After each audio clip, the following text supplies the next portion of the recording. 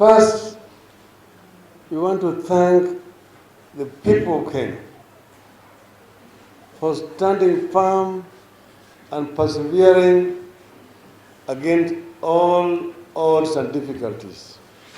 This year has not been a very easy year for the people. The economy has not been doing very well. We know that our people have been suffering. We know that the cost of living has increased. And therefore, our people have remained tolerant. They have tolerated what has been happening.